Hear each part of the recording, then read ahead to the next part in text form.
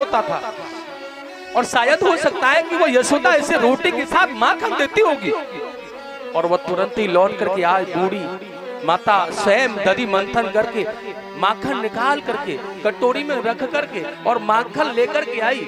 आज अपने लाडले कृष्ण को माखन रख करके जैसे निवाला देना चाहा और वह माखन का रोटी का टुकड़ा देख करके भगवान कृष्ण को अपनी माता यशोदा की याद आने लगी सज्जनों, और वह याद करके रोने लगे। वही माखन वही रोटी लेकिन खिलाने वाला कोई और इसी चिंता में आज कन्हैया बार बार रो रहे। उनके आंखों से हिलकी भरने लगी, आंखों से जल गिरने लगा, कपूलों का काजल आंखों का काजल कपूलों तक बह आया है और बार बार एक हिलकी भर भर के रो रहे हैं। यशोदा माता की याद आ रही है उनको, माता देव की बहुत प्रयास कर रही है उन्हें शांत करने का, लेकिन एक भी बाहर। लेकिन आज माता देवकी को अपने पुत्र की वेदना को देखा नहीं गया।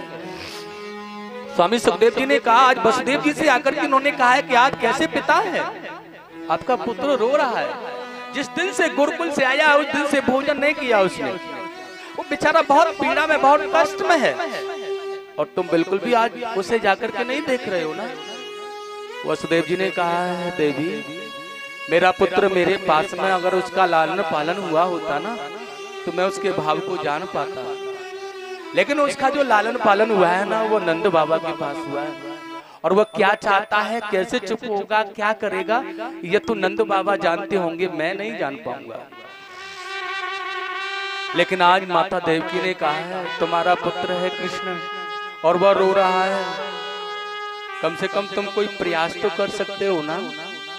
और वही वसुदेव जी ने आज उद्धव को बुला करके कहा है, भैया ये मथुरा के युवराज हैं उद्धव,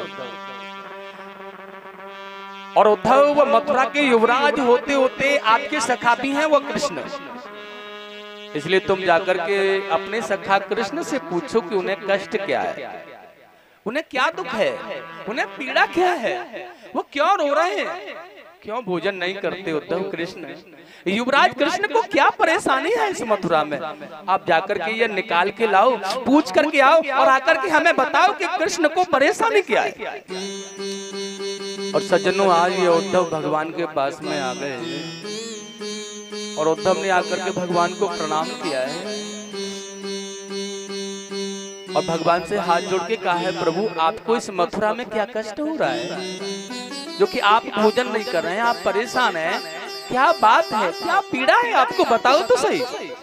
लेकिन आज उद्धव को गले भर करके भगवान रोने लगे, उद्धव मुझे मेरी मैया यशोदा की याद आ रही है, उद्धव मुझे मेरी उन गोपियों की याद सता रही है जो कि गोपियां मेरे बगैर पनघट नहीं जाती थी, उद्धव मुझे मेरी उन गायों की भी याद आ रही है जो कि मेरे बगैर चारा नहीं चुगती थी, वो बछड़े, वो गाय, वो माता यशोदा।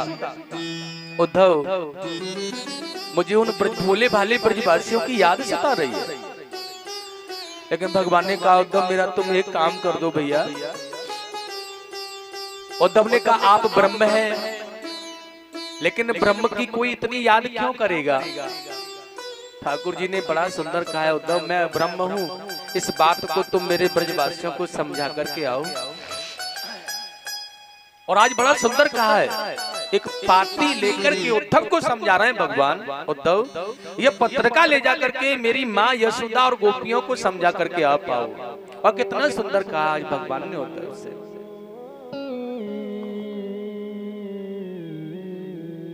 मैया की याद सताती मुझे, उद्धव जब माँ की याद आती है ना तो परदेश में गया हुआ बेटा भी बहुत फूट फूट के रोता है, क्योंकि उस ममतामयी माँ का आंचल इतना पवित्र होता है कि उसने बिल्कुल न स्वार्थ लेकर के कार्य किया था अपने पुत्र के लिए।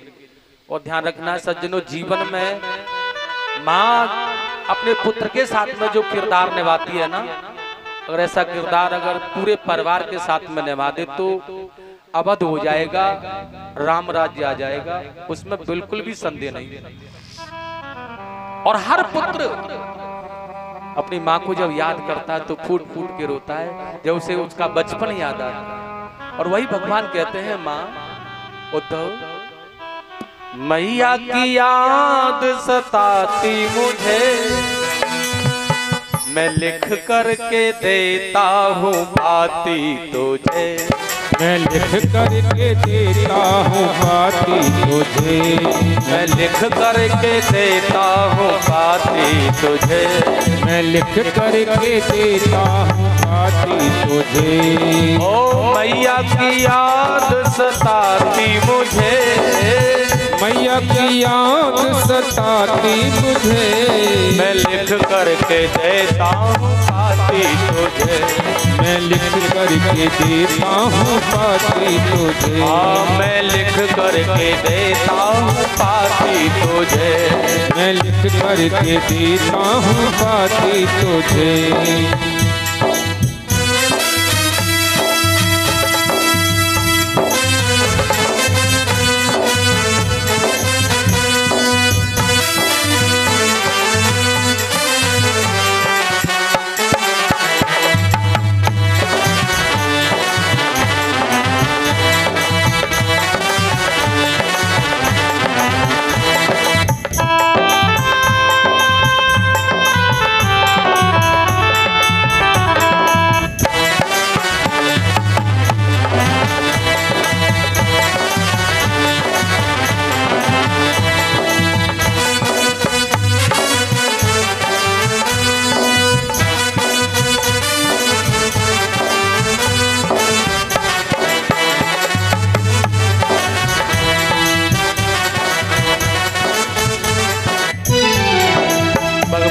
लगे उद्धव, इस समय मैं मथुरा के लिए आ रहा था ना, तो मेरी यशोदा मैया ने मुझे आने से मना कर दिया था। तो मैंने न जाने कैसे कैसे बहानों को करके मथुरा आने का प्रयास किया, और मैं उसे कह के आया था उद्धव परसों आ जाऊंगा मैया।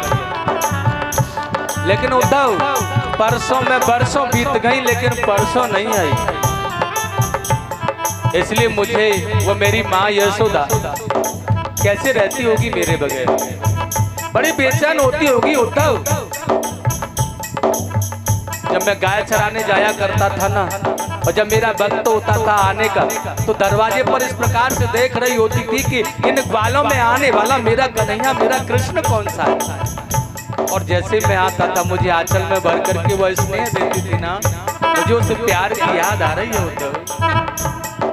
माँ से कहा था मैं आऊंगा परसों, माँ से कहा था मैं आऊंगा परसों, मथुरा में आकर के बीती है बरसों, मथुरा में आकर के बीती है बरसों। रखना है मैया से पुत्र कह करके चला जाए कि मैं माँ उस समय तक आ जाऊंगा। दुनिया में कोई इंतजार करे न करे, लेकिन वह समय नजदीक आ जाने पर वह माँ बड़ा इंतजार करती है। बस एक पल पल उसके मन में यही भाव होता है कि न जाने क्यों लेट कर रहा है, क्यों देर कर रहा है, न जाने कब आएगा, क्या परेशानी हो सकती है उसे। और आज वही भगवान कह रहे होते हो, माँ से कहा था मैं आऊंगा परसों, माँ से कहा था मैं आऊंगा परसों, मथुरा में आकर के बीती है बरसों, मथुरा में आकर के बीती है बरसों। मैया हृदय से लगाती मुझे, मैया हृदय से लगाती मुझे, मैया हृदय से लगाती मुझे, मैया हृदय से लगाती मुझे। मैं लिख करके देता हूँ पाती तुझे, मैं लिख करके देता हूँ पाती तुझे। ओ मैया की याद सताती मुझे, मैया की याद सताती मुझे। मैं लिख करके देता हूँ पाती तुझे, मैं लिख करके देता हूँ पाती तुझे। और उद्धव मैं एक बात और बता देना चाहता हूँ तुम्हें, वो मेरी माँ यशोदा ही नहीं, मेरे बगैर मेरी वो प्यारी गोपियाओं की वही दशा होगी। मैं उनके बगैर कोई कार्य नहीं करता था उद्धव, वो मेरे बगैर कोई कार्य नहीं करती थी, लेकिन मैं उन्हें भी परसों का वादा देकर के आया। और कितना सुंदर भगवान ने कहा उद्धव,